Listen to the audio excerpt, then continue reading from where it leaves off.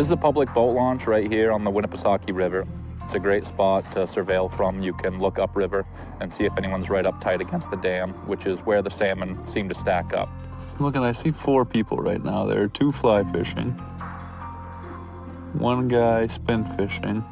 And they're right up tight against the dam in an area they're not supposed to be in.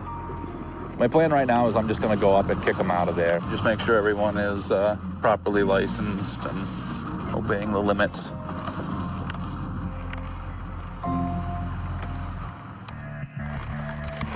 For me to get down to where they're fishing, I almost have to walk past